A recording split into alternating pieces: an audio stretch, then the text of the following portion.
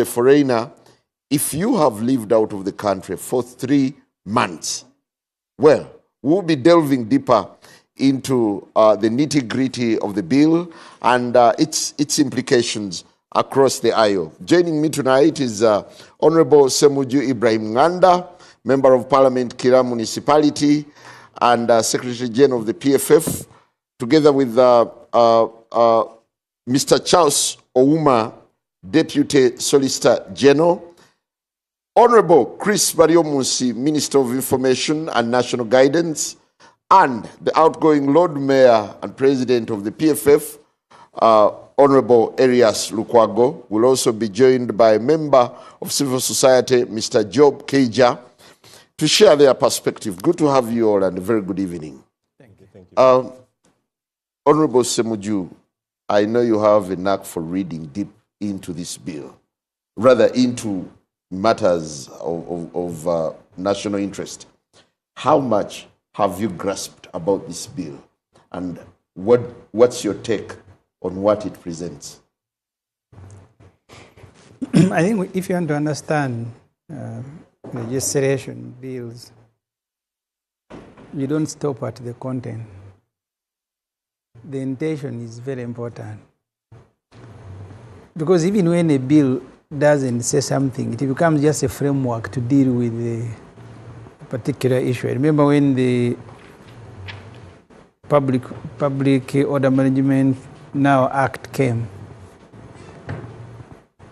the movers of the bill, that time I think one of the main promoters was Kale Kaihura, was that we want to regulate public meetings, just regulation.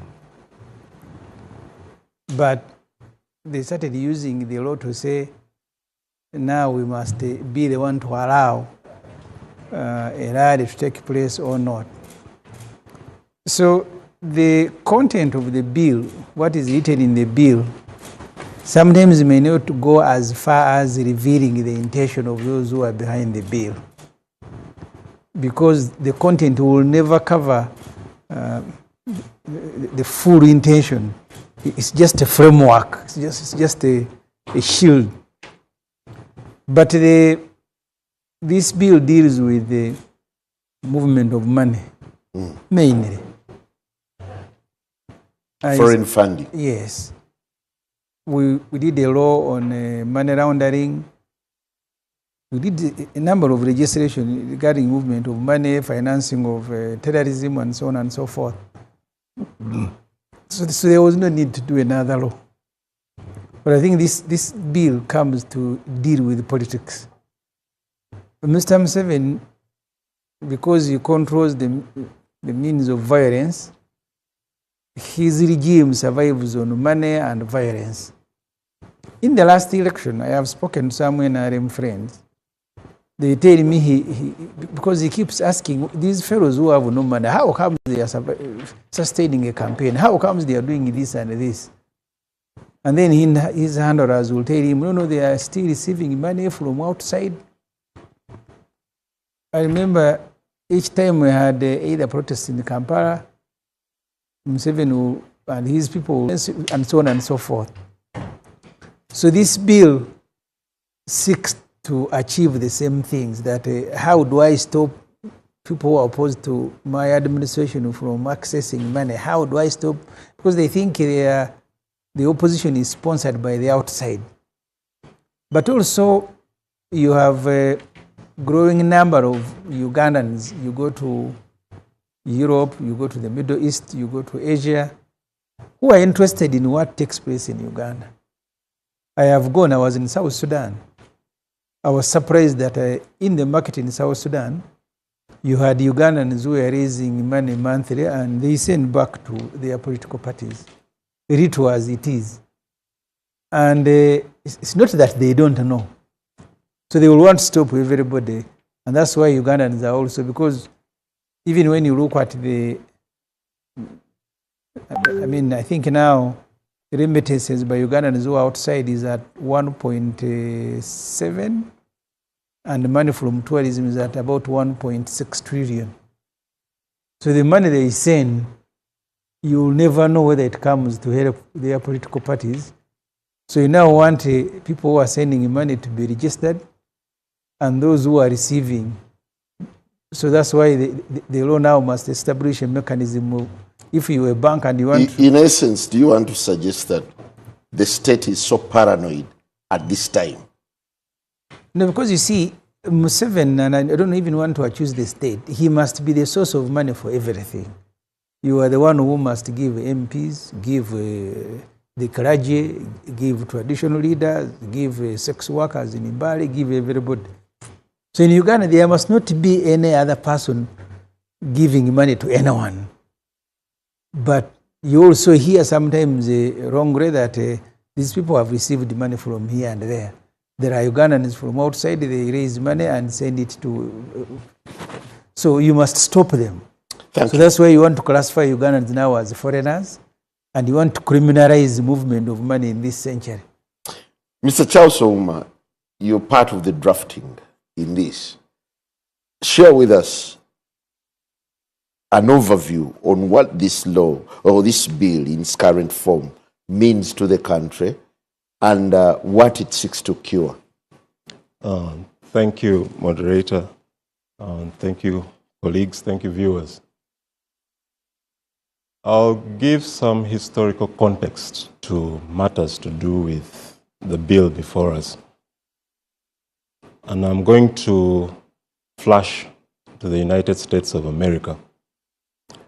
In 1796, George Washington, the then president of the United States of America, just before he left power, made a clarion call to the American people to be wary of foreign interests in the affairs of the United States of America. He actually referred to them as tools and dupes and said, beware.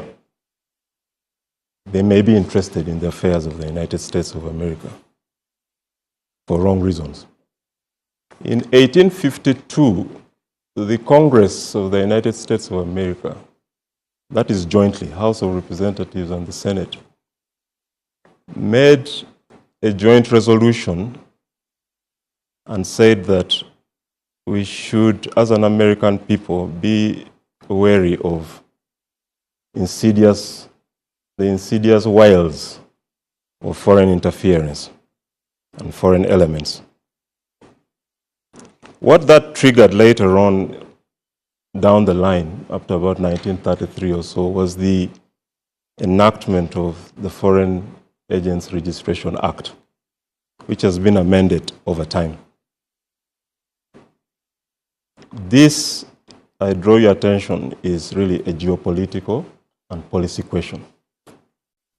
In 1965, the Dian of Singapore, Lee Kuan Yew, gave an anecdote while being interviewed by the some British and American journalists of an experience he had. And he narrated the story of how some foreign forces within America tried to bribe a special branch officer of the Singapore government to facilitate and avail information about the Singapore government. And this gentleman refused to take that bribe. He then reported that to his chief, who in turn reported to Lee Kuan Yew. The option of the government of Singapore at the time was whether to prosecute him or not. Fast forward here. Yes. But he did not. A promise was given to the Singapore government. Yeah. I'm going to give you a background. $100 million offered to the Singapore government and $10 million to Lee Kuan Yew to let it lie low.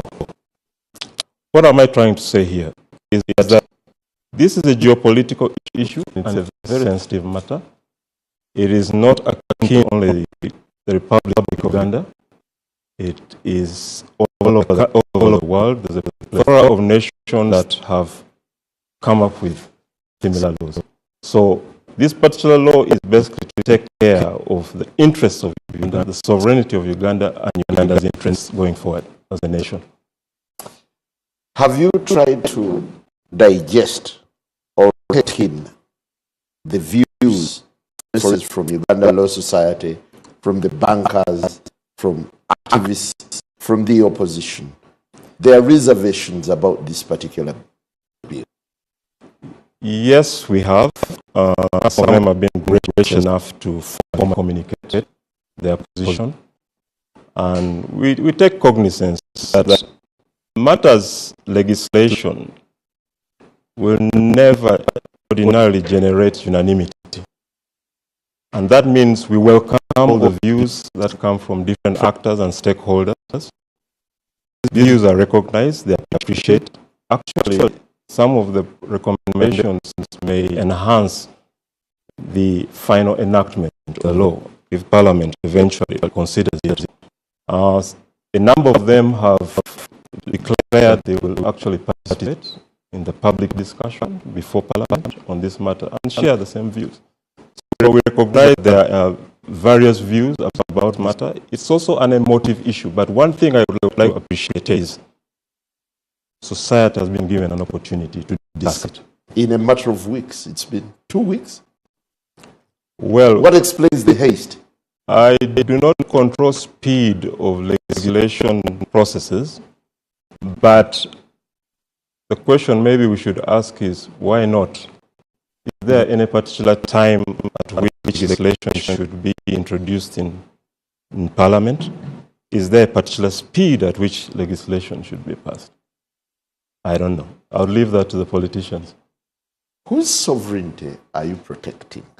You and me. When the players, the people who would be the beneficiaries of this, are opposed. Well, that is why I think we have a legislature, a parliament. Parliament is constituted by representatives of the citizenry. We allow the citizenry through their representatives to debate these matters. Eventually, if it's rejected, so be it. If it's welcomed, we'll take it with grace too. Thank you. Thank you. Lord Mayor, from a legal and political perspective, what does this law, this bill, mean to the country? I'll start with the legal perspective. And I'll tell you,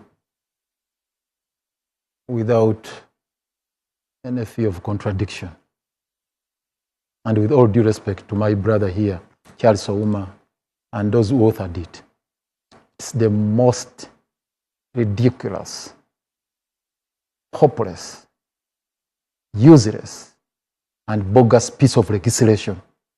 That's harsh. I'm telling you. And I will justify my statement. Of course, we have had a number of, or a litany of useless legislations. But this one goes to the root of the Constitution, the cornerstone of the constitutional order.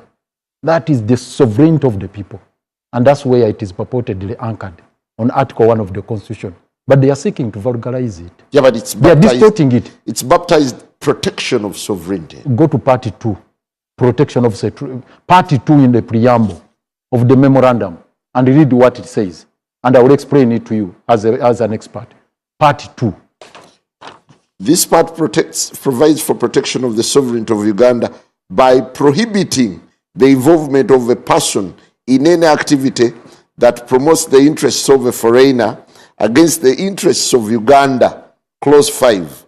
Further, the part prohibits any person from performing the functions and services for which government is responsible, specified in the 6th schedule of the Constitution, unless with the approval of Cabinet. You see, you posed a very fundamental question. Whose sovereignty are you protecting? Party 2, they are talking about sovereignty of Uganda, not sovereignty of the people. And this is important. It's critical. Sovereignty of the country. Yet the foundation of the Constitution is sovereignty of the people. Yes, in Objects Clause somewhere they are talking about sovereignty, but it's vulgarized. Maybe this is a drafting error. No. They deliberately made it. They said protection of the sovereignty of Uganda or the interests of Uganda by the way, which are not defined, as against foreign interests. Even foreign interests are not defined.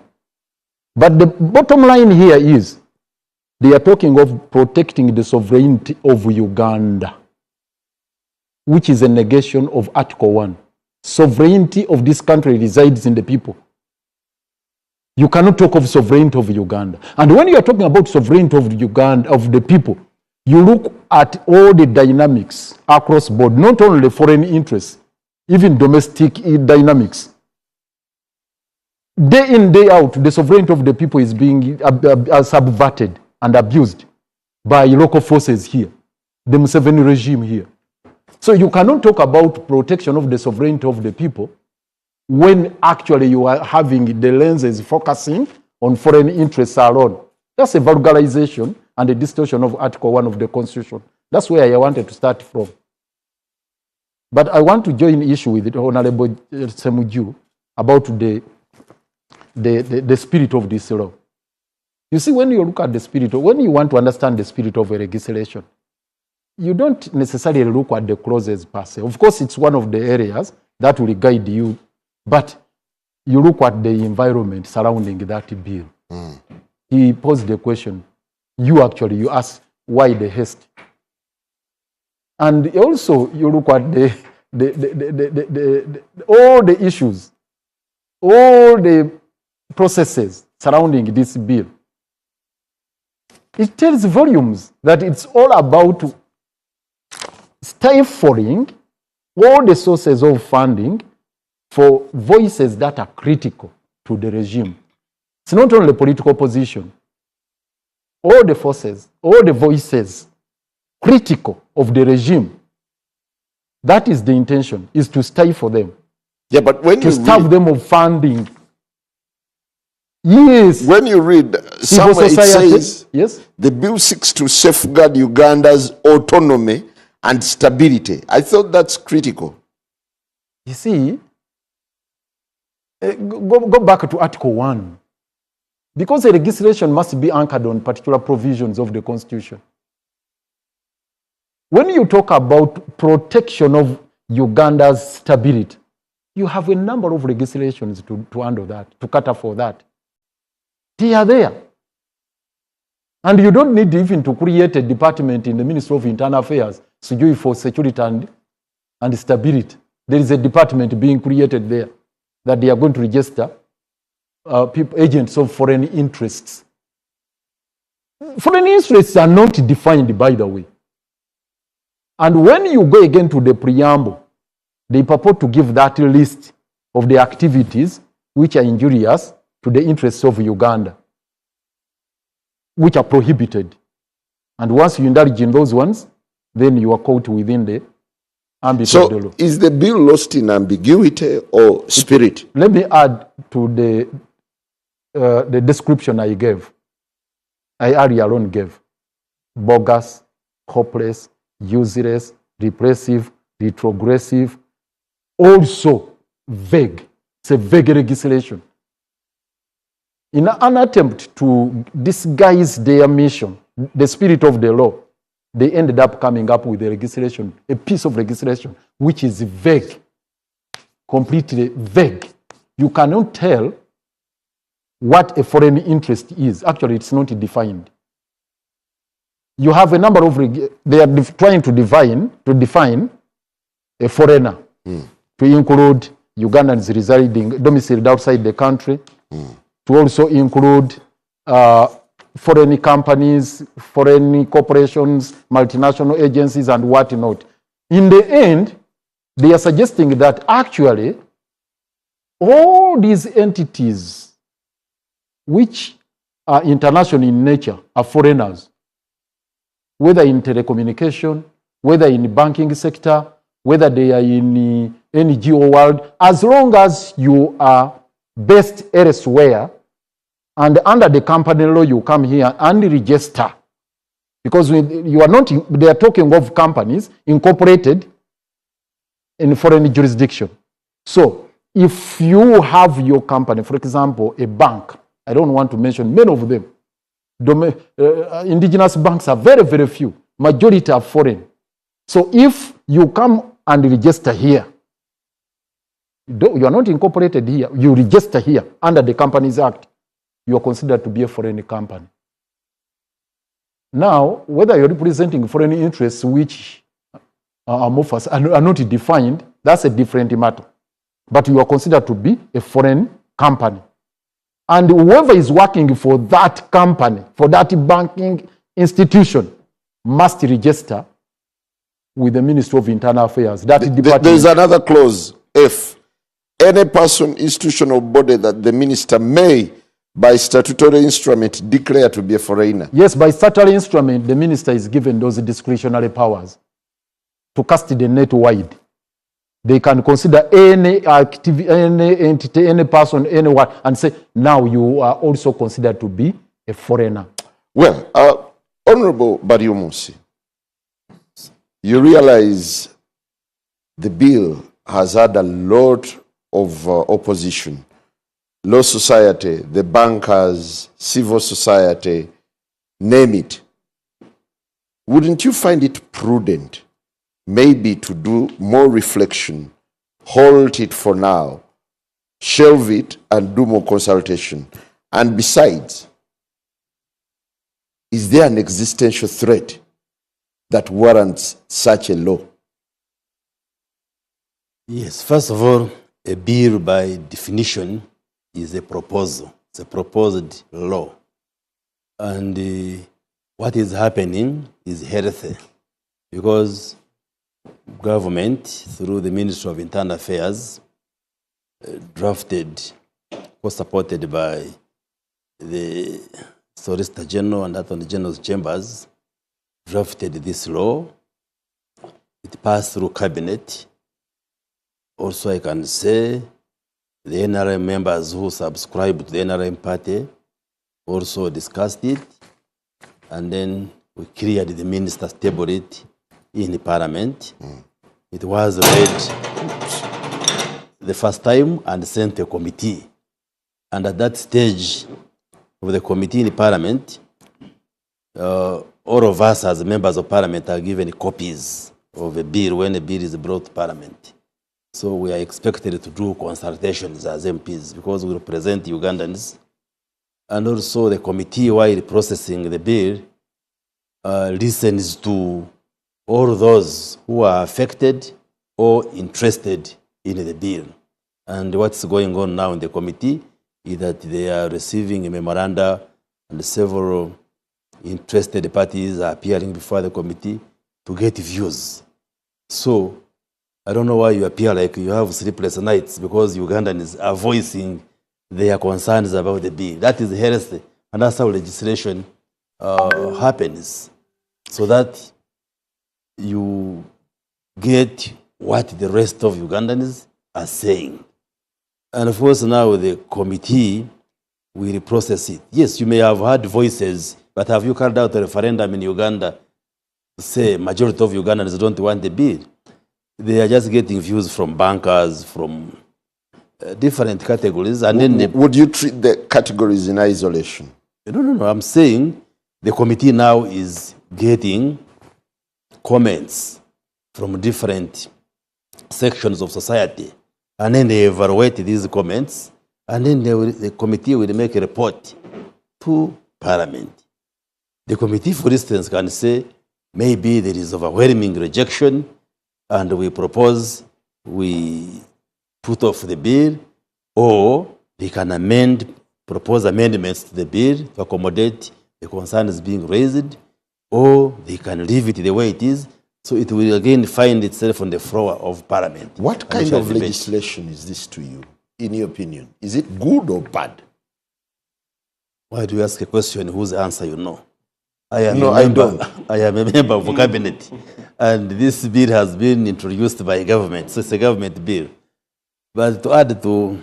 No, Honorable Bariomusi. Yes. Do you find this legislation good or bad, yourself? Oh, best. Good, it's a good bill.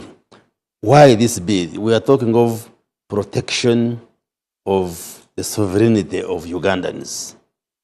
Okay, the road mayor says Uganda versus Ugandans, those are just semantics. Uganda is not trees, it is Ugandans. Just hold on. So we are talking about protection of the sovereignty. What is sovereignty? Sovereignty is that power that we should have as Ugandans to govern ourselves, to make decisions for ourselves, to be responsible for whatever happens, and to handle self-determination as a country. Are you as indeed Ugandans. protecting Ugandans? Yes. Or taking away their sovereignty? No, just hold on. Why are you impatient? So, Uganda, like many other countries, is a country which was colonized. If I can take you back to history, like he was giving us the historical context. We know in the case of Uganda, close to 70 years, we're under colonial administration. Colonialists went, and then we went into self-rule, self-governance, independence. But we all know that even when these foreigners went, they went unwillingly. One leg went, another leg remained around here in Africa. And when you look at the power architecture, governance architecture in the world, especially here in Africa, you see foreigners still want to influence what happens in Uganda. So the first question is there a need to protect the sovereignty of Ugandans? My answer would be yes. Doesn't Uganda get money from foreigners? Just hold on. That's not the issue. So my first question is there a need to safeguard and protect the sovereignty of Ugandans as a people? My answer is yes. The other question is, are the laws which we have adequate to protect the sovereignty? My answer is no. When you read that bill, it is a section where it talks about the defects in the existing legislative framework. There are gaps which are being filled by coming up with this standalone legislation. Well, there may be misgivings about some of the provisions, and that's why I'm saying it's a proposed law which Ugandans and other interested parties can make comments to. Uganda is not the only country that has this kind of legislation. Many countries, some of which the critics admire, look at the USA, you look at the UK, look at Australia, and many others, have similar laws to protect the interests, the sovereignty of their own citizens. Why now? Why now? Yes. Well, you cannot legislate for everything at once. This constitution of ours was promulgated in 1995. And once we identify provisions which are not yet actuated through domestic legislation, we identify them and then we propose laws. And over the years, since 1995, there are many bills which have been brought to Parliament. And now we have looked at the dynamics. Increasingly, this foreign interference with the affairs of countries is also moving in an upward trajectory. We go into politics, you look at how we manage the economy, how we look at the issues of governance, you see these foreign interests coming into our affairs. So, yes, the bill could have come yesterday, it could have come next year, but it is also harmless for the bill to come now, because the reality is there are these foreign interests which are not in favor of our own interests. Before I bring in Joe, yes, Lord. So, yes. You see, he's taking us to a wrong direction. Which one? You are saying we are operationalizing Article 1 of the Constitution. Yes. Once you are operationalizing it, please don't restrict it for any threats, for any interests. You get it? The threat to the sovereignty of Ugandans, not Uganda as a country, the threat to the sovereignty of Ugandans is both international and domestic. So is there any provision in that bill which addresses domestic threats to the sovereignty of Ugandans to exercise their power to determine their destiny? Is there any provision, any clause? You are partly right. Sovereignty can be looked at in terms of the intrinsic environment, but also you can have extrinsic or foreign related sovereignty. In this case, we are addressing largely the foreign. The local or the internal sovereignty issues are addressed through other pieces of legislation. Look at this constitution. Article 1 is specific about the sovereignty of Ugandans, not the sovereignty of Uganda as against foreign interests.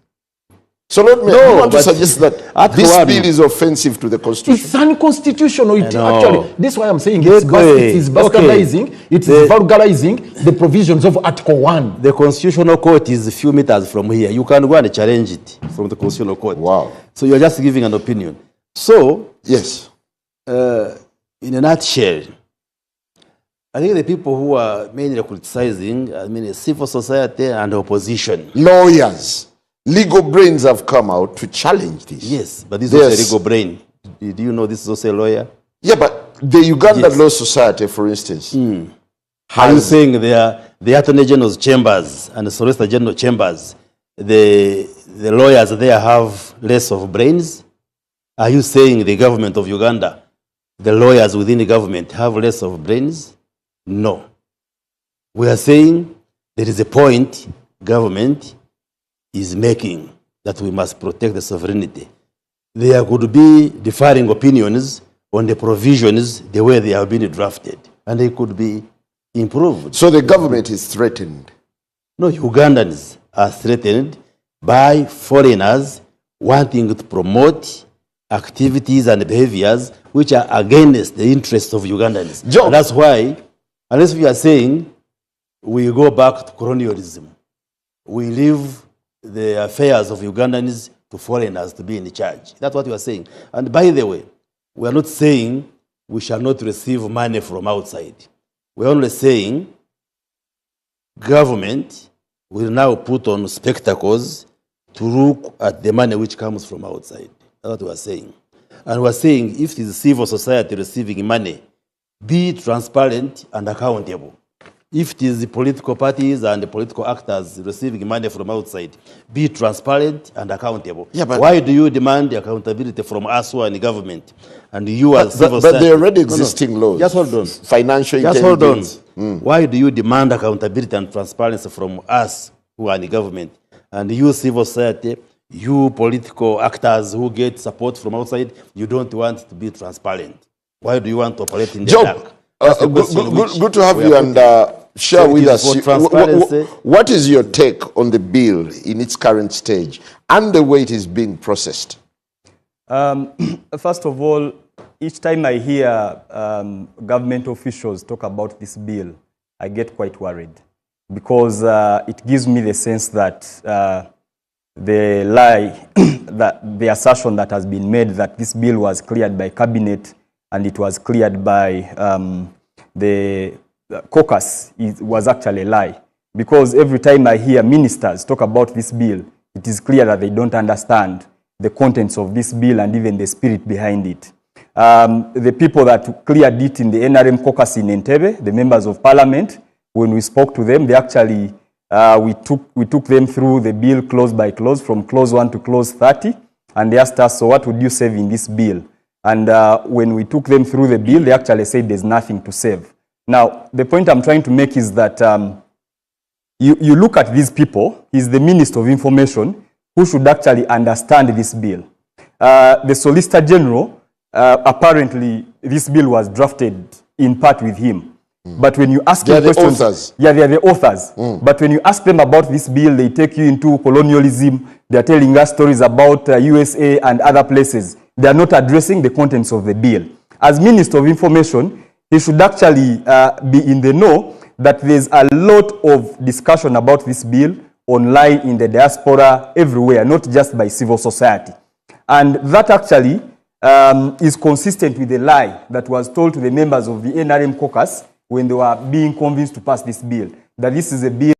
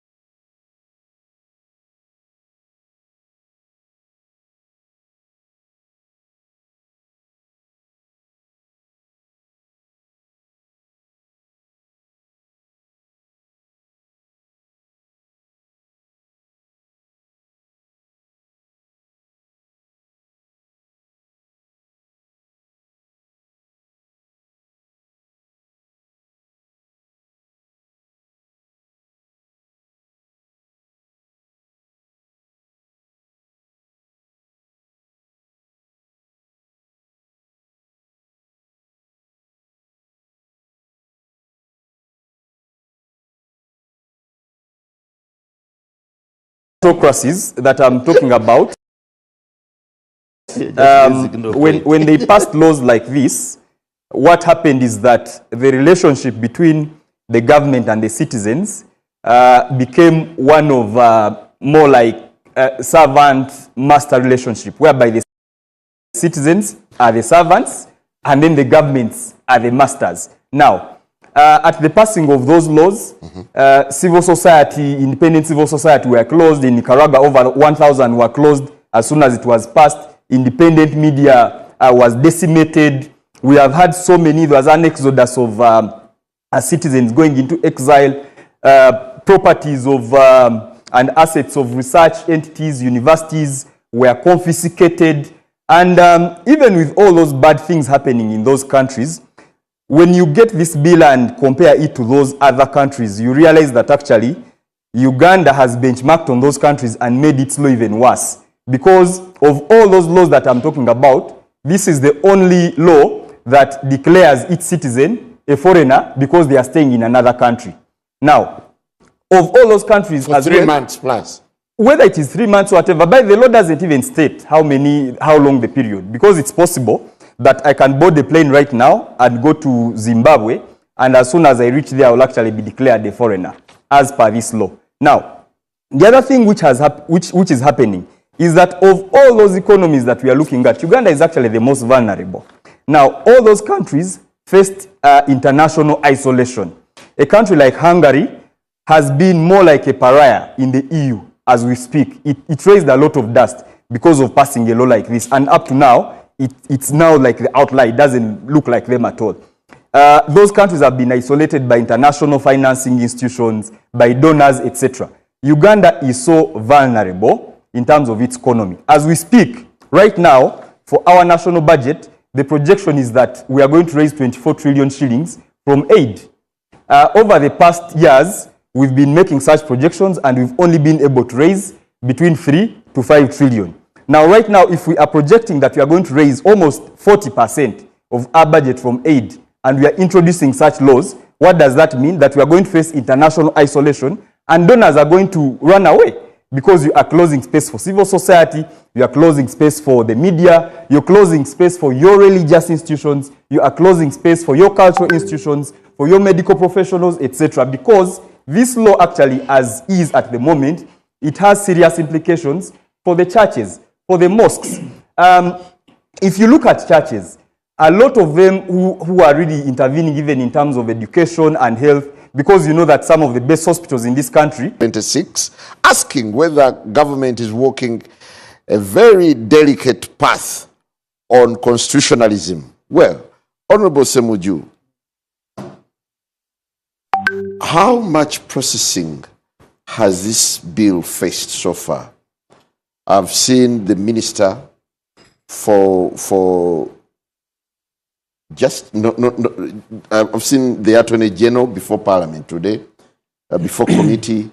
Does this give you an impression that yes, the antis and the pros have had enough time to process this bill? The NRM MPs were summoned that day. They presented to them just figures, total figures of a revised budget. Those who attended the meeting told me they were surprised because usually the chief whip will be the one asking those who support and those who don't. But this time it was Mr. Museveni himself. Those in favor say to the contrary, no. Then they finished the budget. No debate, no asking any question. Then he called David Muhoozi, General, to present a statement on this law. They hadn't seen it because they have just been issued with copies. After that, he asked them whether they will support, and they said they will support. Then they left. That was the caucus consultation. There was no consultation. It was David Muhoozi telling them what is in the law, and then they asked, will you support? Yes, I will support. But they left grumbling. I have met NRM MPs themselves because you see, this law is not only targeting political opposition and civil society. I've seen the religious leaders, the entire religious council, but it's also targeting the citizens. And these MPs represent these citizens. You have, the last time I visited the Ministry of Gender, on record, Minister of Gender told me, they have registered 170,000 Ugandans who work in Saudi Arabia. On record, those who are registered. Others are not because they are not taken by registered companies. All those ones are in danger now because they are classified as foreigners and they will need to register. Maybe even their parents will need to go to Ministry of Internal Affairs and register because they are receiving money from foreigners. And the parents will become agents of foreigners. I thought there is a threshold to how much. See, so Chris can tell me, I have read. There is no this copy I read even today in preparation for this program. I didn't For see what would warrant you to register as... No. You must register. You must register as... Let me read for you the provision here about an agent of a foreigner who is required to register. An agent of a foreigner means a person who acts as an agent, representative, employee, or servant, or any person who acts in any other capacity at the order, request, or under the direction or control of a foreigner or of a person, any of whose activities are directly or indirectly supervised, directed, controlled, financed, or subsidized by a foreigner. That's how wide it is. So they, I don't know why they didn't even limit it. They should have said opposition and civil society, because that's the target. And then you don't have to bring everybody under the law, because your intention is not to immediately target them. So the people you are targeting, by targeting them, others are also become victims of your own civil society and political parties. So the consultations, I've told you the NRM was just a ceremony, no consultation. And the clerk to parliament... The committees of parliament... put a notice in the newspapers inviting people, stakeholders, to make their contributions. Right now we are dealing with the appropriation, tax laws, the budget itself. We are busy, but also ending the term of office. The mind and the concentration is not there. You need to visit Parliament today. I was in Munyonyo when you are processing the budget, and the last of the 8 tax bills, the income tax was being processed by not more than 30 MPs. This is the wrong time, even at Parliament, to bring a law as controversial as this one and ask MPs to process it. Those of us who have lost the election, the mind is not there. The ones who have won are also, their mind is somewhere else. And you bring a law, there are no members in the committee, there are no members in Parliament, and then quickly, because you see, I saw it in Kenya. You remember when Ruto wanted to chase his vice president. These processes that are statutorily stipulated in the law, they can organize them very quickly, and then they say everybody was consulted. When we are processing tax bills, we receive the views from Uma, from Kasita, from everybody, but not a single line was considered when the NRM MPs were making a report. So inviting views doesn't necessarily mean that they are waiting for those views. It's to answer questions like yours. Did you consult? Yes, everybody came here. It's not that they are listening to them, if you've been living here. By Adolf Mwesige issuing a statement in the media, they are just answering questions like you're asking, that people are asking, did you consult? But not that they are asking for expertise views to improve the bill. The bill, if they will pass it, they will pass it the way Museveni wants it. How much reflection has the alternative, the opposition, made on this particular bill? We, unlike the civil society, and for us, we are there in Parliament. Most likely this bill will come next week. We will debate it. So we can give views, and the parties have. I know PFF, to which I belong, has already given its views. But in the Parliament itself, you need to ask yourself where those views are going to be received and respected. because chances are high, and I can assure you that these NRM, sometimes even the reports of committees are written by people from outside, like Uma here, because they have the knowledge. So they write for them, they come to read. So the consultation going on now is not consultation to improve the bill or to listen to the citizens. We have technical staff in Parliament, legal and legislative department with lawyers. Are you saying Parliament runs to get reports from outside? Of course. Chris, I'm talking about something, you know. No, I have been in Parliament longer than you. So it does not matter. It matters. Maybe the time you were... You will not deceive the public. Maybe before you became an MP, that's what you... I mean, a minister, that's what I am talking about now. That reports sometimes are written by outsiders and MPs just carry them to the floor. That I know for a fact. Like which committee? I don't want to go beyond that. Mr. Uma. So the consultations going on, the question you asked, are not consultations to change anything or to influence this legislation. Are consultations to back up argument that the citizens have. You've seen Chris here, they've said, we are discussing, people are giving views, and that's where it will stop. Okay. Is there any effort to stop this bill in its tracks? We will in Parliament. First of all, ordinarily,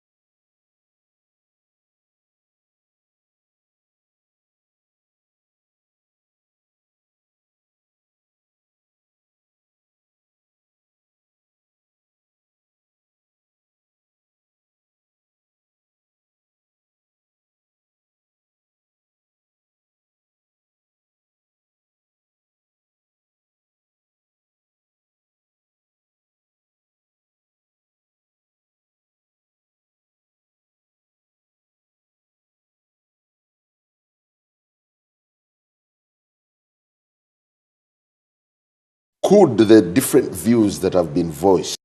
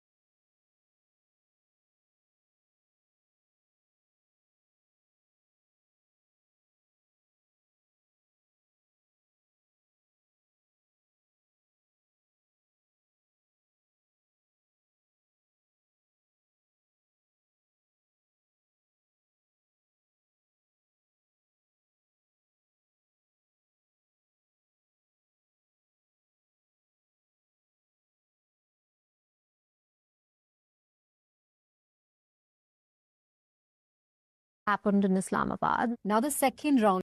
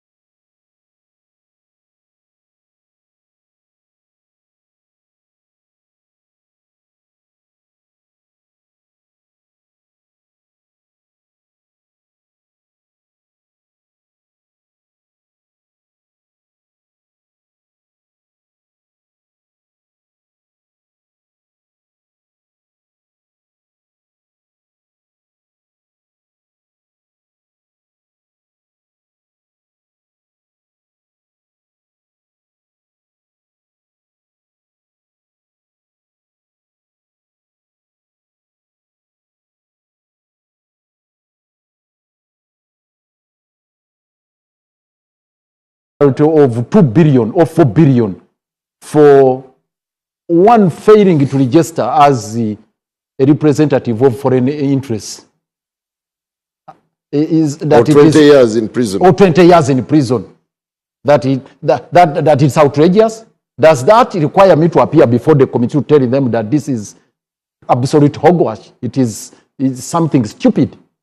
Which Yep. shouldn't. But the clerk was courteous enough to invite you This is what I've to told make your you. contribution. And I've always been suspicious on all those bills, starting with the bill the Honorable Semiju was talking about, the age limit, the Toji Kwataku.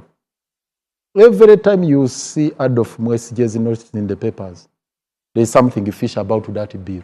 He is the clerk. Not every, let me tell you, I know, and I respect him very much. By the age limit, Adolf was not a clerk then.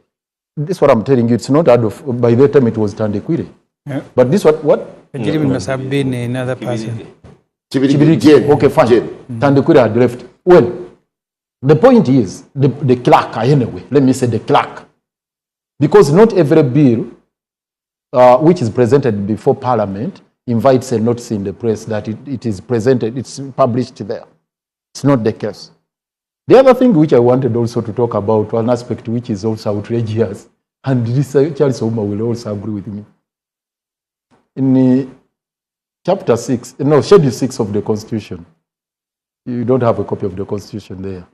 The framers, the promulgators of the Constitution, wanted to dichotomize the functions which are a pre-reserve of the central government and those which are for local government. They listed them.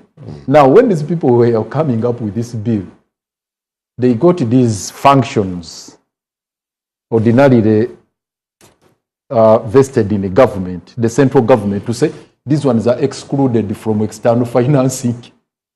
Totally excluded. Even if you are registered as an agent of a foreigner or a foreigner, you're bad. And when you look at the list here, including the judicial, and the judiciary, the justice sector is financed by external financiers. Now they are saying no external financier is allowed to finance the judiciary. They are excluding it in this bill. That's how absurd it is. So does that require me to go there and tell them that, please, this thing is defective? It's absolute hogwash. Throw it in the dustbin. Does that require me to be there? Yeah, So but that is one. The other thing is... I want you to look at it this way. These are expert brains. But I've told you these aspects. I've given you these aspects. And Do you want to suggest that they are not the ones behind the drafting? This is what I'm telling you. You see, when something is brought in bad faith, There is that evil hand which is pushing it. The evil hand may not be Charles here, may not be anyone in that Attorney General's chambers. Those may be just purveyors, couriers. They are just directed, please, come up with something to this effect, press it before Parliament, and when you go to Parliament, don't waste time. Because the committee is always given 45 days in the rules. But what is going to happen, I can assure you, as day follows night, this bill, Parliament is going to be prorogued or dissolved. I think by 12, government has to be dissolved. You, ourselves, we have to dissolve by 12. So before Parliament is dissolved, they are going to pass this bill. I'm assuring you. Thank you. Yes. Yeah, the point the Lord Mayor has raised may need to be put in context. The provision with regard to the sixth schedule in the Constitution is not in absolute terms. It provides for an exception with the approval of government. So that doesn't mean that no entity or even a foreign agent should participate in matters that have been listed in the sixth schedule. You can participate if you are registered, but also with the approval of government. Let me add one little thing here about the absurdities we are talking about. Earlier on, I read to you this provision which defines a foreign agent. No, not a foreign agent. An agent of a foreigner. And you heard how wide it is, including sweepers in these companies owned by foreigners. Just look at this situation where you get a petrol station. For example, most of these petrol stations are foreign owned. They are alien. They are not domestically owned here. They just register here as foreign companies under the Companies Act. Just imagine the people who work there, these pump attendants, or a sweeper in a bank, which is owned by South Africans or owned by Asians, or these Chinese companies that are operating here, and they have locals who are employed there. Simply because you are supervised, you are directed, you are controlled by that foreign company, you are construed as an agent of a foreigner, and of necessity you must register with the Kahindo Tafiri. Isn't that an absurdity? The trouble with the government, when they are closing DGF, which was a democracy governing facility, because I don't even think Museveni had been properly briefed that these people are funding parliament, judiciary, etc. Because they also funding seminars of political parties and I think civil society. They woke up one day, but the biggest amount of the money was going to judiciary and parliament. So because they were targeting civil society and political parties, we all lost the money. Now you are processing a budget and there are unfunded priorities at parliament, in the judiciary, because they wanted to stop political parties from benefiting. And you need to understand the mentality of Mr. Museveni. When the Netherlands Institute for Democracy came here to help us, they were giving political parties computers, training youth, and so on and so forth, but also calling for a dialogue. Say now the dialogue I will sponsor. In a meeting with at Munyonyo, he says now, these ones we don't want. I must be the one funding. When he meets religious leaders, he must be the one funding. Yet he's also looking for money from outside. This budget that we'll be handling tomorrow, 11 trillion is listed as money, because if you look at the government borrowing plan, the borrowing plan has a formula of 65-35.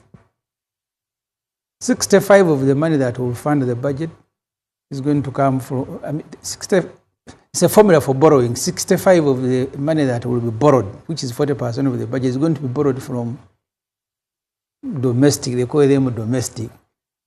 But even what they call domestic are all South African banks, Stanbic and Standard. And then 35 is going to be borrowed from outside. So they are looking for money from outside. They are saying nobody. I'm asking them in my report whether these are not agents of foreign interest that have written in their plan to fund a budget that 40% of the budget will borrow. And part of the 11 trillion will borrow from outside sources. They even list them, all the lending institutions. So as soon as the budget is passed, they will be on the next flight going to look for money from outside. We should be waiting for these fellows at Entebbe to arrest them.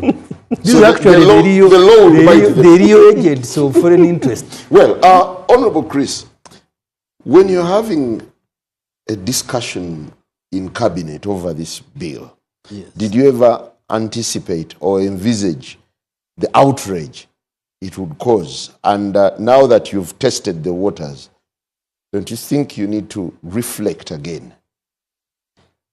We actually first discussed in the cabinet and raised a number of issues. We sent it back to the minister, and the minister responded to the issues raised and then improved the bill. So we had a very robust. So this is discussion. refined. Yes, from cabinet. You see, this. Just hold on. Just hold on. You see, this attitude that because you have an opinion over the bill or provisions, therefore you are right. You think it's unconstitutional. Therefore, for us who drafted it, fake or we don't know what to do. That arrogance also should stop. Yeah, but look at the sections of society that have come out. No problem. Religious leaders, I said it is heresy. bankers, Absolutely. lawyers, diaspora. Just It's guiding them. All of them should stop the arrogance. no. I'm saying the arrogance of the lawyers here, simply because you are a lawyer and you have formed an opinion, you think for us, we don't know anything. All of us have been to school. This law is written in simple English. Because they are saying, you minister, you don't understand what you are presenting. I do understand. You may have an opinion, respect mine also. If you think it's unconstitutional, go to the court which interprets the laws. Just hold on. When you talk of Peter Pan, whatever, I respect you. He wasn't arrogant. So he wasn't arrogant. That was not arrogance. We have had bills which have been contentious. I can name one. The constitutional amendment on age limit. Some Ugandans were arguing as if Parliament passes it, then the heavens will fall down and the sun will change and will rise from the west and set in the east. We passed it, there is no mercy. But what was the process of passing that? We had a contentious discussion. That's a big question. Yeah, people are still nursing their backs. The military raided the parliament. But it passed. And are you proud of that process? No, really? but it passed. No, it passed. Should it pass at gunpoint? Just hold on. We had a contentious discussion on rationalization, especially taking the functions of UCDA to Ministry of Agriculture. People were saying, The military again came People in. were saying, our coffee is being taken. Has anybody's coffee plant been approved by government? You answer. So, even this will come to pass. What is happening is heresy and doesn't worry us or bother us as government. We have brought a proposal. It is there for Ugandans now to react to it. Yeah, but and we are receiving the reactions in good faith. So don't think that because the bankers have comments, the religious leaders have comments, therefore it is negative. So That's who is for it? And If bankers have commented, lawyers have why shouldn't they commented, comment? civil society This law is has for commented. Ugandans. Yes. But these are But representatives of Ugandans. Yes. So in whose interest is this bill now being? Ugandans. Which First of all, Ugandans? No, hold on. Is it the Which first time? Ugandans? Is it the first time Ugandans are commenting on the bill in the parliament? Actually, the right process should be like that. That when the bill goes to the committee, Recently, as many just information. A couple of weeks ago, when Rumo was pushing that bill, and many people rejected it, the speaker pronounced herself and said, if all the people who have appeared before the committee have rejected it, what business have we got to do with it? You withdraw it. That's even not the work of the speaker. She was wrong. The speaker, that's not her work. The work should be the committee. The committee which should listen to Ugandans or any other person interested. They should make a report and bring it to the House. Government The seems House, to be hell-bent on passing this bill No, who has at said any so? cost. That is your view. To the extent committee- of calling please, people with give- divergent opinion give- arrogant. No. Yes, you are being arrogant when you say the minister doesn't know what he's presenting. I know. I have been to school the way you have been to school. You can have a viewpoint which is different from mine, but don't take yours to be superior to what I am saying. So let's give chance to the Committee of Parliament to process the bill. They will listen to as many interested persons as possible, and then they will bring a report back to Parliament. If in the opinion of the committee, for instance, that the bill should be thrown out, they will say so, but the final decision will be taken by the Parliament of Uganda. It is not correct to say that the committee members do not value the comments from the public. That's not true. I have been in the Parliament for 20 years. It is not true that the committee has inability or is deficient. It can't write a report. It depends on people from outside. I think that's bastardizing parliamentary work. We have technocrats in Parliament. We have a Department of Research, a Department of Legal and Legislative Services. We have economists. We have all specializations in Parliament. And those technical people support members of Parliament in the process. You attended caucus where Honorable David Muhoozi addressed the NRM MPs. Did you have time to debate this? Well, the or members, you just consumed the members it also? who claim they know what happened in the caucus are saying there was no consultation. Why didn't we invite one of the NRM members of Parliament to come here and denounce the consultation which took place? You claim you held the meeting of the caucus members where? Just this is to hoodwink the public. So, the process of Ugandans giving their views, even non-Ugandans can go to the committee, giving their views is heresy, and that's part of the parliamentary process.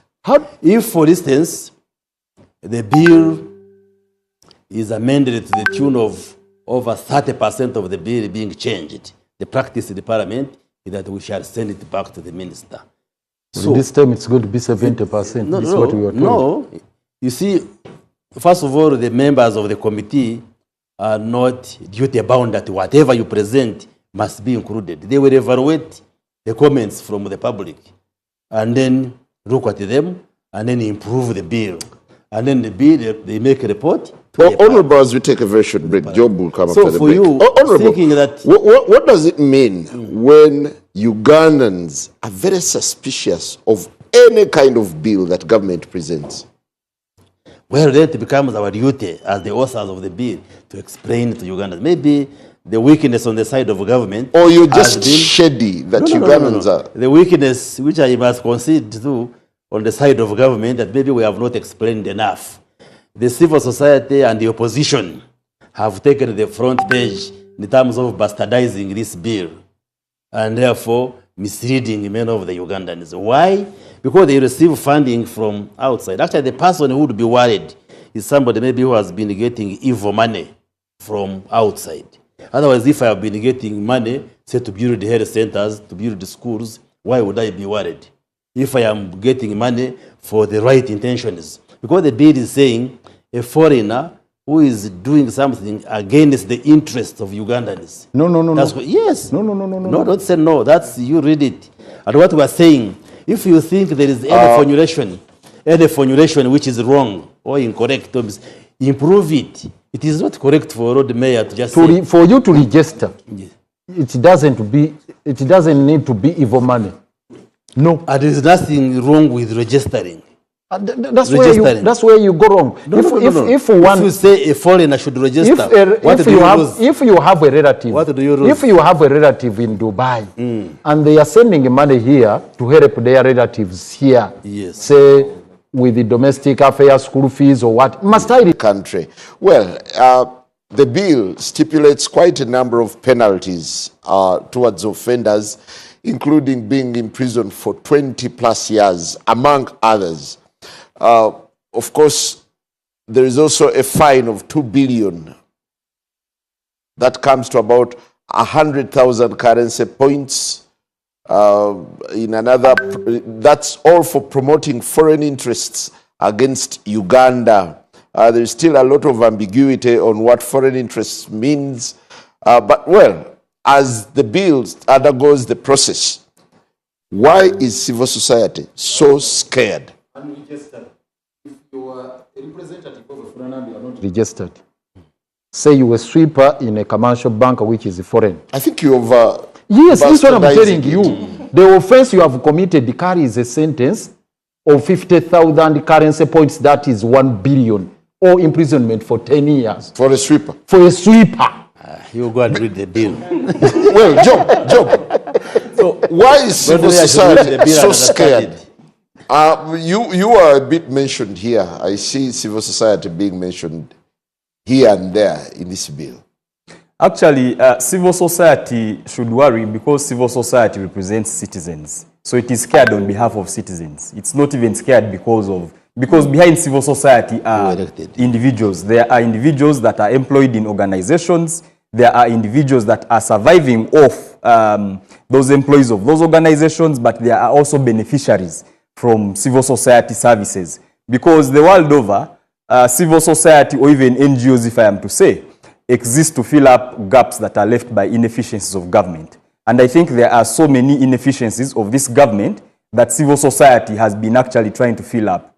If you look at health service provision, 65% of health services in this country are provided by private actors, including NGOs, civil society, churches, etc. If you move across the country, you realize that civil society are chipping in terms of providing water, in terms of providing education services. When you go to the prisons, they are telling you of how congested they are. But civil society organizations have been going to these prisons and training prisoners to self-represent, such that even when they cannot afford lawyers, they can go to court, represent themselves, and they are able to get out of the courts, because you know prisons are filled up. The people that are returning from Luzira, Kitalia, etc., the Lord Mayor is here, he has been going there several times. He can tell you that people are now sleeping on each other, not even on double deckers or triple deckers, but they tell you that there are 4 people sleeping like sardines in a prison cell. So there are so many civil society organizations that have been trying to intervene in that case. So the question as to why civil society is scared, first of all, this is not the first time that civil society has been more or less a punching bag for this government. You know, we have the NGO law. As we speak, actually, it is very surprising that we have this law, because there's another process which is ongoing, the regulatory impact assessment of the NGO regulatory environment, which is going to come up with a new law for NGOs. It is going to come up with a new NGO policy, regulations, etc. There are so many other laws that are also regulating civil society. So there's over-regulation of civil society. But for me, I think, for a while, your relationship, the relationship between government and civil society has been frosty. Do you imagine it's getting more complex? And how complex can it get? So let me say this, that actually there's a way in which the government has lied to Ugandans to believe that this law is about civil society.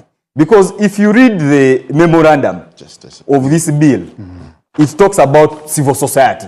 And actually it has 3 objectives. But 2 objectives are targeting civil society. They are making the claim that there's an increase in NGO funding which is not regulated, interference in activities of government. Yet actually in reality, there's no evidence that they are giving in terms of civil society intervening, but also the actual reality is that financing to NGOs has actually over the last 10 years reduced by over 80%. That most of the NGOs actually right now are struggling because of lack of funding. You know the story of the departure of DGF, which was also occasioned by government. Last year, but one, USAID closed.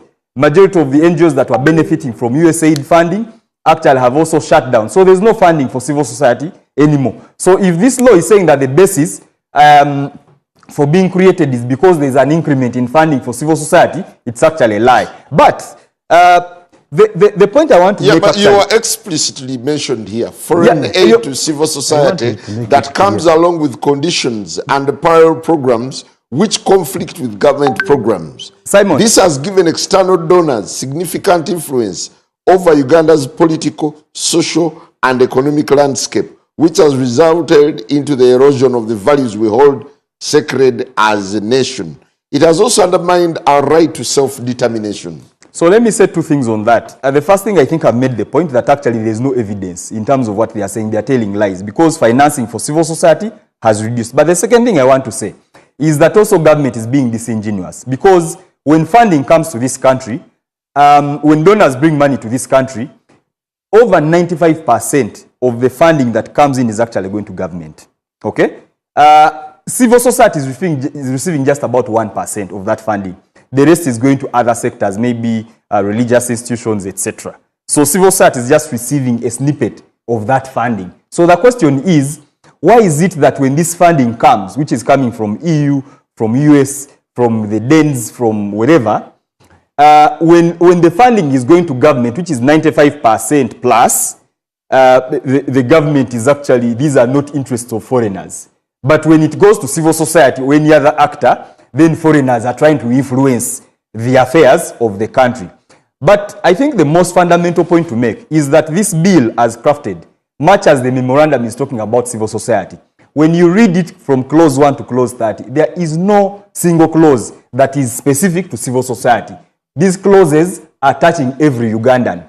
The bill has cast a very wide net. If I were to describe it in terms of a fishing net, the net goes into an ocean, it catches a shark, it catches a Nile perch, it catches tilapia, it catches mukene, it catches snails, it catches, there are these things which are put in dog food and chicken food. I don't know what they are called. It catches all those things, it even catches sand. That is the kind of net they have cast. And so it is not clear actually as to what exactly these guys are trying to regulate. Now, if you read this bill, I would like you to go to clause 11. You here. No, let me just help you make your case just briefly, Simon. Because he is saying there is no clause specifically regulating the activities of civil society. But in the preamble, it's plain language. They are criminalizing. They are declaring activities. They are criminalizing activities of civil society. You read it. This is the language here. Lord Mayor, I hear you, and I totally agree with you. The point I am making is that they are not criminalizing the activities of civil society alone. They are criminalizing the activity of everybody. Actually, this law is an attack on Ugandans. It is not an attack on civil society. It is not an attack on political parties. It is an attack on religious institutions. It is an attack of churches. It is an attack on the Muslim faith. It is an attack on the cultural institutions. It is an attack on the Buganda. It is an attack on the Kadamas that are working in the Middle East and wherever. It is an attack on every single Ugandan. Because first of all, you have left out lawyers. So it is an attack on lawyers who represent clients, international clients. It is an attack on accountants. Actually, this law is an attack on government because the biggest loser by this law is government. Why do I say so? Yeah, but the underlining statement is safeguarding Uganda's interests. So actually, by this law, government is legislating itself, first of all, into international isolation. But also, it is legislating itself into loss of revenue. Why do I say that? I'm saying that because when donors look at such an environment, okay, already we are struggling with even so many other laws. We've been blacklisted. I think the World Bank had just come back. They had stopped giving us loans and grants. I think they've just come back. I don't know that they have actually given us any grant as yet. That's why. Because of your bad laws. Because of because of your information. Because of your inconsiderate legislation. Let me help you. Is asking that question.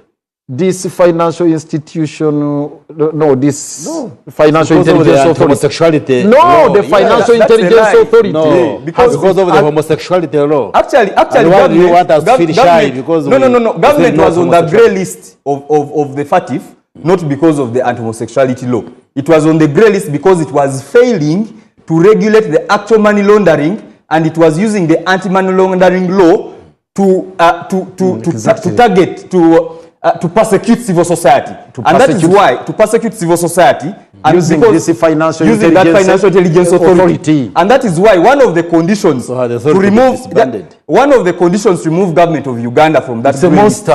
One of the conditions to remove government of Uganda from that grey list was the removing of civil society from being accountable persons. And they went to parliament and removed civil society. And they were removed off the grey list. Now they are coming up with this evil law, as the Mulodi has described it, which actually is going to take us back onto that list, which is very unfortunate. You wouldn't impute evil on people like Ouma. Ouma, with all his experience as Deputy Solicitor General, has told you how much input, how much benchmarking that they made. Simon, Ouma is a handmaid. He's a rather midwife. You can't blame a midwife who never helped the person to conceive. He's not responsible. He's not the one who helped the government to conceive and come up with this bill. Simon, let me first clarify that. He's a midwife. The reason I would call this law evil is because this is the only law I have ever heard of that strips an individual of their citizenship simply because they are staying in another country. We are going to have this is what the law is saying. I don't know that, Honorable Baremos, I don't know that you've read this law. I have. This law is going to make people stateless. He's the Minister of Because we have Information. so many, we have so many people that are living in other countries that actually don't have citizenship there. Even when our Ugandan laws actually provide for no citizenship. There are so many people that are living there that are not citizens. Yes. When this law strips you of your citizenship, you become stateless. Just briefly, the law is saying, for purposes of this law, somebody who is resident outside Uganda will be treated like a foreigner, but you don't cease being a citizen of Uganda. Simon, can you read the provision? The moment for you are Uganda, resident, you are domiciled outside Uganda, you are a foreigner. Yes. No, for purposes of this law. No. Of administration of you this need law, to listen. but you don't cease being a citizen. You don't cease being a citizen of Uganda. A foreigner. Who is a foreigner? A foreigner. A non-Ugandan citizen. A. B. A Ugandan citizen residing outside Uganda. For purposes of this law. Where is it? For purposes of this law. So are you saying you will lose citizenship by that? Yes, that's what the law is saying. That's what The law even empowers the minister Yes. by a statutory instrument to declare someone a foreigner. At any one For time. purposes of administration of this law. Yes. So isn't it your giving constitutionality too tells much us- latitude?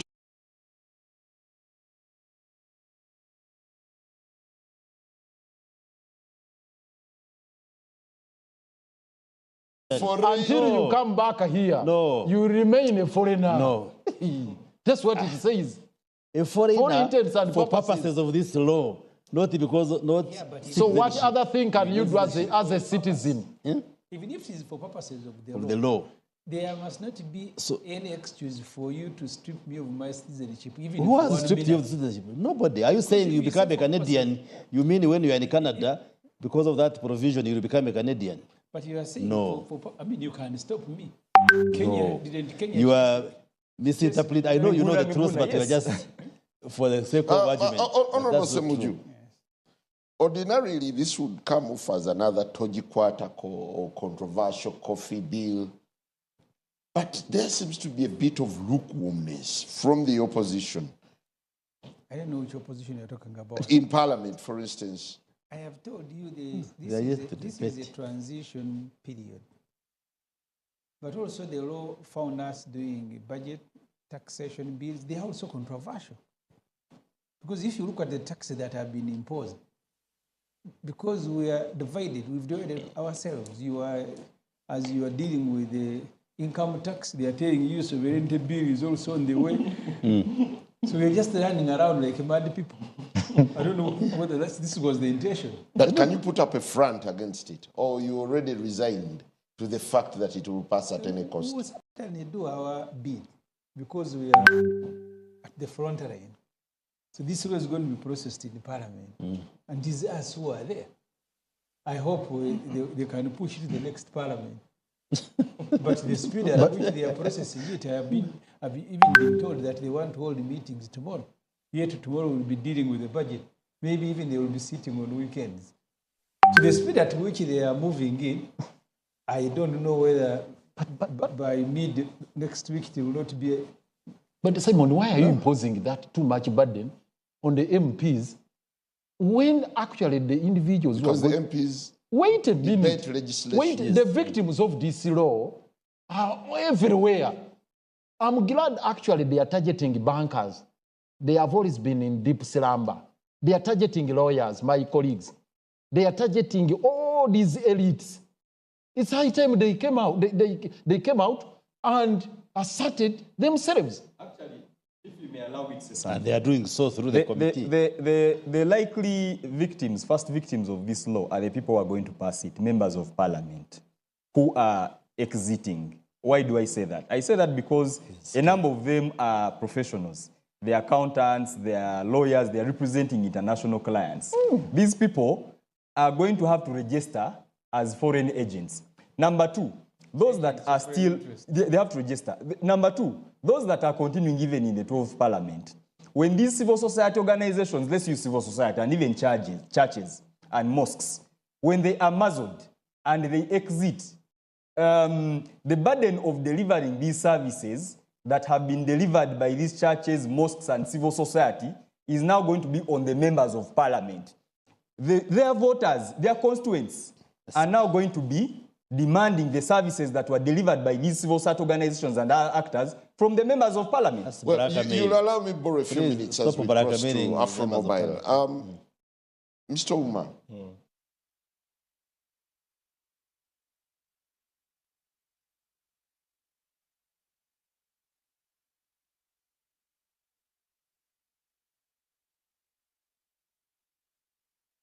One is allowed to speak on this particular bill. And I'll say this. Let's understand the purpose of this bill. Is it your interest to defeat government development? Is it your interest? But the government is saying that when you supplement, you need my permission. If you don't seek permission, you are in trouble. Yes, correct. And also, is it in your interest to defeat government policy? These are the tests that we should be using. That's why we need to debunk the idea that, all right, we have our sisters and brothers abroad who remit funds for a mother, an elderly mother, for her medical bills. What has that got to do with defeating government purposes? No, you have to go to the ministry To register. Exactly. Yeah. If at all the funds that you're going to use is intended to influence government policy. No. There is no qualification to that effect. No. There. Look at section 2. It lays out the kinds of funds and the intent of the use of those funds. No. So it's not so much about foreign funds coming into the country. It is about the usage of those funds. That's the purpose of this bill, because the idea is we need to avert the promotion of foreign interests. The spirit is questionable. Parts of cross-sections of the public who would be welcoming and embracing this law in the interest of the sovereignty of Uganda are questioning the spirit. How cleaner can you come? So are you saying we should allow foreigners to come and do anything they want here, even when it's against the interest of Ugandans? Is that your argument? What are you querying? But what are the interests of Ugandans? What are they? I think that's... You need to define them for us. What are the interests? Which are those interests such that we don't interfere with them? The interests are defined in Article 1 of the Constitution. What are they? That the power belongs to us Ugandans. And we should enjoy that sovereignty, meaning if we are to make policies, if we are to make legislations, if we are to develop programs, if we are to determine our destiny, it should be done by us Ugandans. So this bill is saying there are foreigners out there who may want to determine the destiny of Uganda. And we're saying no. We are an independent country, we are a sovereign country, we took to self-rule, we must be able to determine our future ourselves.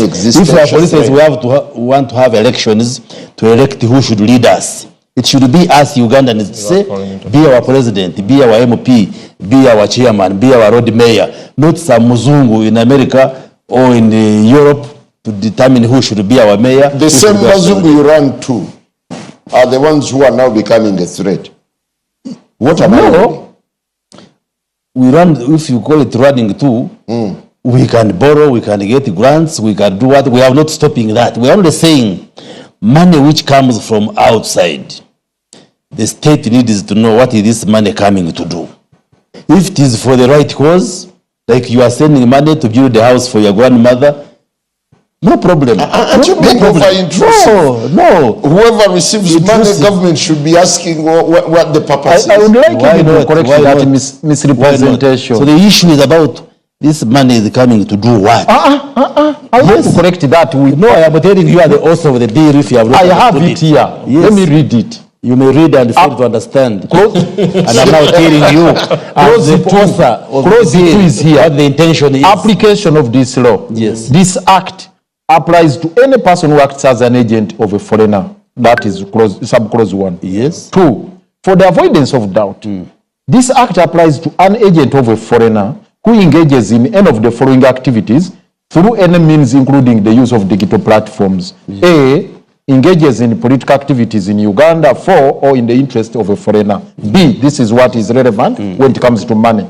Yes. Solicits, collects, disburses, or dispenses contributions, loans, money, or other things of value for or in the interest of a foreigner. Yes. And remember, If a a foreigner, a Ugandan living outside Uganda is a foreigner. So if that Ugandan Yes. who is domiciled in Dubai sends money to build a house here, It's okay. and I receive it here, I'm acting on behalf and that. for the interest of this foreigner.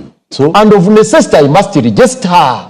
what is wrong with registering? That's where now the problem comes What is in. wrong with registering? Okay, gentlemen, as we get out of Why here, do they ask you as we get out to of here, register the files? I just want to bank that line. That No. Councilwoman, Yes, please. Is is registered the agreement. ambiguity in this law deliberate? First of all, we don't consider there to be ambiguity. Maybe what may be obtaining currently is the absence of 100% clarity.